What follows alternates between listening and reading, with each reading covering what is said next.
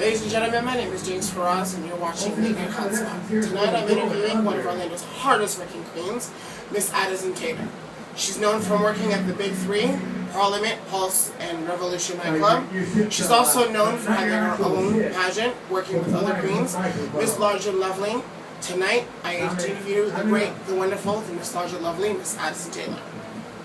Hi! Addison, how are you doing tonight? Doing good, how are you? Fabulous. Tonight I get to interview Addison at Pulse Nightclub on Twisted Tuesdays. How is it working on Twisted Tuesdays? Twisted Tuesdays is always one of my favorite nights to work, just because I never really know what's going to expect. There's always lots of people that come out that make it wasted, because we do $10 all you can drink. I get to drink a lot and just get to have fun with people, so it's a good gig. Fabulous. With working on Twisted Tuesdays, you get to work with Kaya Adonis and Axel Andrews. How is that? They've become two of my best friends. I've been fans of them for a long time. We all kind of, well, Kaya and I have kind of started at the same time. Axel's newer on the scene, but we've gotten really close in a short period of time. And they're two people that I respect as entertainers, and I'm very glad to be working with them. It's absolutely fabulous.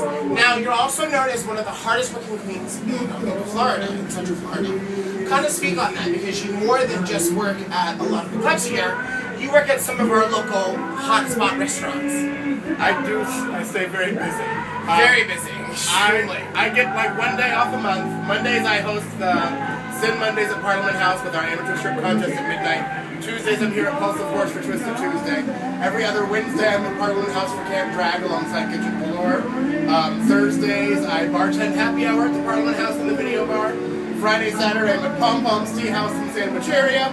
The third Sunday of every month, I am at Exile Restaurant and Lounge by the Florida Mall, and then I also book out in Cocoa Beach on Saturdays and Sundays, about twice a month.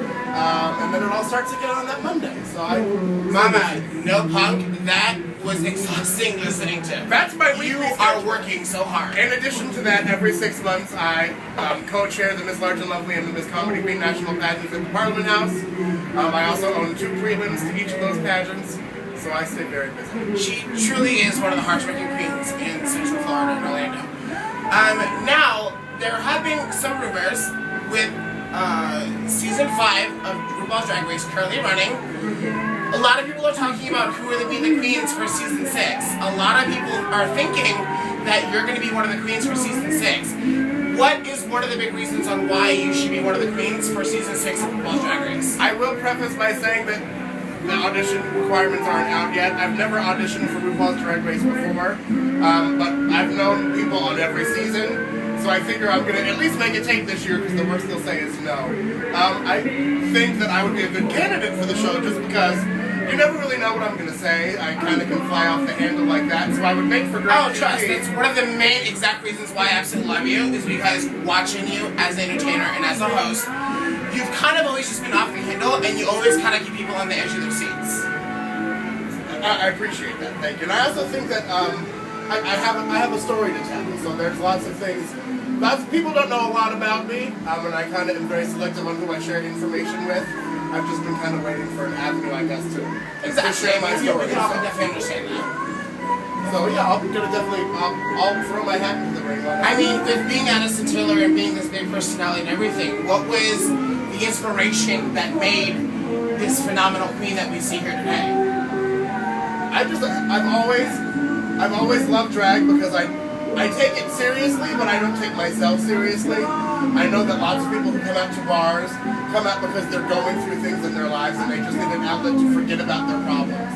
And if I can be kind of that free therapy and let people just escape reality and forget about all of the things that are going on in their life, that 10 minutes or an hour that I'm hosting a show, then that's something that I am more than willing to do for people. And it's an escape for me as well. I forget about all of my problems. I mean, that's absolutely fabulous and absolutely inspiring to everyone. But one question that I've always wanted to ask, and some of my listeners have always wanted to ask, is honestly, you've been a queen that's hosted many different events, strip contests, talent shows, everything.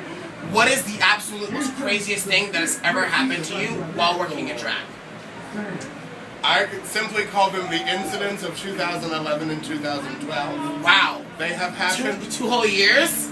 Well, they were isolated incidents. It's the reason that I'm no longer allowed to drink Jägermeister by personal choice. I'm a Patron girl myself. I know that Jaeger gets me there, and I hosted a pageant at Sawmill a couple years ago, and within the first half hour of me hosting the pageant, I had a bottle of Jaeger. And when it came time to read the winners, I looked at the paper and couldn't read anymore, and I just laughed and had to turn it over to someone else. And the events that happened afterwards were definitely some of the craziest things that ever happened. Now, I blacked out. Now, one of the funniest stories that you've ever actually told me is how you actually got your Monday night gig at P House. You did your Monday night gig, and you got so fiercely wasted that they had to put you in a luggage cart. I wasn't and put you in one of the dressing rooms. You actually weren't even working? No, I wasn't working there then. So you weren't even working, and you still got the fucking gig, bitch. You must be so fucking fierce. I went and got blackout wasted and hijacked the show, and everyone had a great time. They wheeled me out on a luggage cart, put me in a room. The next morning, the owner of the Parliament House called and said, "You start next week." And I said, "Doing what?" He said, "Whatever it is that you did last night, because people love you." So that's how I got the gig. That's absolutely fucking fabulous. I mean, let's really be quite honest. She can get absolutely wasted. She can still do her job and look so damn fabulous. I mean, you've got to be the hottest working girl in town. I works at every major club. Well, Addison, thank you so much for taking the time to talk to us. My name is James Farage, and you're watching Late Night Hotspot, a brand new web show that's coming to hotspotmagazine.com. Well, you'll get to see more of the video and the behind the scenes of all of our Florida's major nightclubs, and even some of the most major queens that you'll actually see here in Florida. So, thank you guys for watching. Thank you guys for being with us. Again, this is Addison Taylor, the biggest queen, the hardest working queen, and the biggest queen you'll see in Central Florida. You can see her at every major club in Central Florida. Just pick a night and go. Follow her on Facebook and Twitter. Follow her on Facebook and Twitter. Again, my name is Jinx Farage. I'm your host. You can follow me on Twitter at jinxfarage.com. And you can also follow me on Instagram. I love the Instagram. Again, ladies and gentlemen, thank you for watching Late Night Hotspot, and you have a great night. Bye.